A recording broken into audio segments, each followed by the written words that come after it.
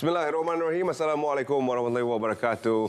Selamat pagi Malaysia. Salam Malaysia Madani. Terima kasih kerana bersama kami pagi ini. Saya Terence Das. Dan juga saya Syuhaidah Arifin. Kami akan bersama dengan anda seperti biasalah ya di Sensor Pagi Malaysia ni 8 hingga 10 pagi. 2 jam tu kami akan bawa anda banyak topik menarik ini dan juga kita akan ke lokasi-lokasi yang menarik di seluruh Malaysia untuk kita dapatkan perkembangan terkini dan juga cerita-cerita menarik dari sana.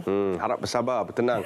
Kalau lokasi anda tidak termasuk dalam senarai kami, insya-Allah tahun depan kita masukkan ya. Tahun depan sangat. Jangan panas baran. Pagi ini kita akan juga berbicara tentang panas baran dan bahayanya. Bukan saja untuk lelaki tapi juga untuk wanita, saya difahamkan. Menarik tu segmen tu. Jadi pastikan anda kekal bersama kami lah. Tapi macam biasa belakang ni kita dah buka dah Instagram Berita RTM. Jom kita ikuti seketika apakah perkembangan yang terkini.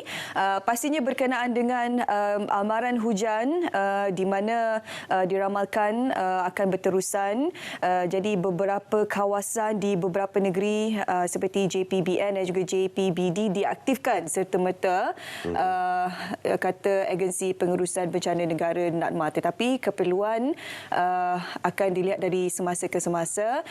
NADMA dalam notis kesiapsiagaan operasi bencana mahu JPBN dan JPBD untuk meningkatkan tahap kesiapsiagaan bagi menghadapi bencana yang mungkin berlaku terutamanya di kawasan berisiko tinggi. Dan bila-bila masa di mana-mana sahaja, kita baru saja lihat pucung Shah Alam turut dinaiki air. Jadi di mana-mana sahaja ya dikatakan boleh berlaku banjir disebabkan pola cuaca yang berbeza. Dan seterusnya bantuan untuk komuniti yang sebenarnya terkesan akibat banjir dan monsun timur laut. 250,000 diperuntuk bantu nelayan untuk hadapi monsun timur laut dan ia membabitkan 9,000 nelayan di sekitar Kelantan, Pahang dan Terengganu. Pengerusi Lembaga Kemajuan Ikan Malaysia LKIM, Muhammad Faiz Fazil berkata bantuan tersebut diberikan dari semasa ke semasa khususnya kepada nelayan yang tidak dapat ke laut.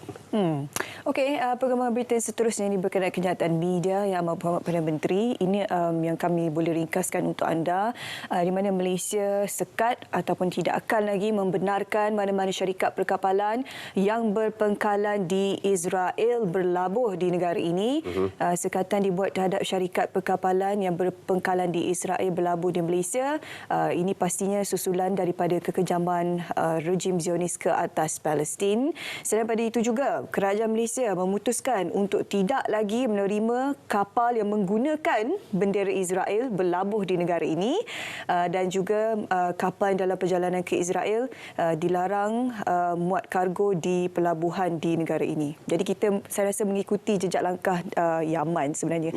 Cuma kita tidak menghantar bantuan ke tentera. Dan yang penting untuk kita ketahui adalah sebelum ini memangnya ada kapal-kapal dari Israel yang menggunakan bendera Israel yang berlabuh di pelabuhan di Malaysia disebabkan kita pada ketika itu di bawah Tun Dr. Mahathir Mohamad berkata bahawa akan mungkin ada proses damai dan Malaysia percaya usaha-usaha Israel ke arah itu. Namun kini melihat pada apa yang berlaku, tindakan yang tepat diambil oleh Perdana Menteri untuk memastikan bahawa tiada lagi kapal-kapal Israel ataupun menggunakan bendera Israel sekalipun untuk berlabuh di Malaysia bagi apa tujuan sekalipun.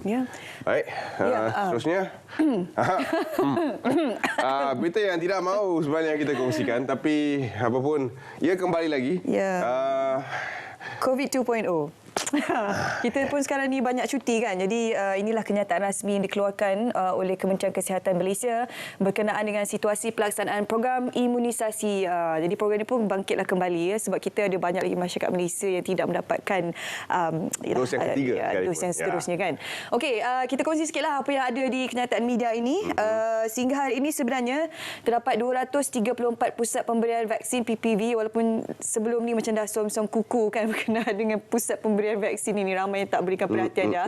Tapi untuk pengetahuan anda semua masih lagi beroperasi ya. Banyak juga jumlahnya ini 234 di seluruh negara. Jadi sekiranya terdapat pertambahan ataupun perubahan kepada bilangan PPV, KKM akan kemaskinilah maklumat tersebut dari semasa ke semasa. Saya seperti anda juga mempunyai 1001 persoalan.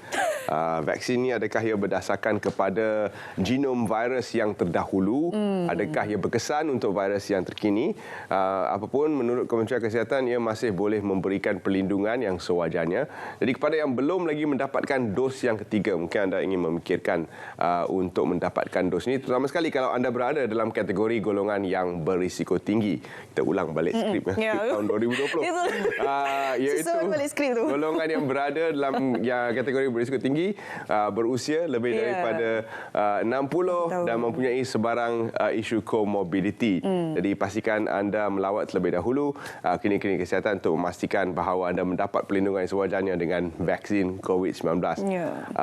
Tapi untuk yang sihat, yang 40 tahun macam mana? 40 tahun. Perlu ke mendapat dos yang keempat, kelima dan sebagainya? Itulah persoalannya. Tapi apa yang perlu tu, macam biasalah kita ulang lagi skrip kita. Face mask, sanitizer, cuci tangan dan sebagainya. Jarak, yes. Jarak. Hampir lupa dah pasal jarak tu. Sebab yelah sekarang ni cuti sekolah kan. Lepas tu cuti public holiday, Christmas, ramai akan berkumpul, ada gathering dan sebagainya. Jadi pastikan anda berjaga-jaga. Sebab KKM pun memang beramalkan pastikan ada peningkatan lagi COVID-19. Jadi saya pun sekarang rasa macam trauma balik. Nampak orang batuk sesama. Jauhkan diri anda. Sebab ia berlaku sekali dengan pelbagai jangkitan lain yang dibawa juga oleh monsun timur laut. Jadi kita ingin tahu juga mengapa ada peningkatan yang mendadak ini. Kita akan bersama dengan wakil daripada Kementerian Kesihatan Malaysia sebentar lagi dalam segmen Doktor anda. Kita berehat ketika dan seterusnya kita akan kembali bersama anda selepas ini. Jangan ke mana-mana. Dalam Selamat Pagi Malaysia kita akan bawakan pelbagai info terkini untuk anda.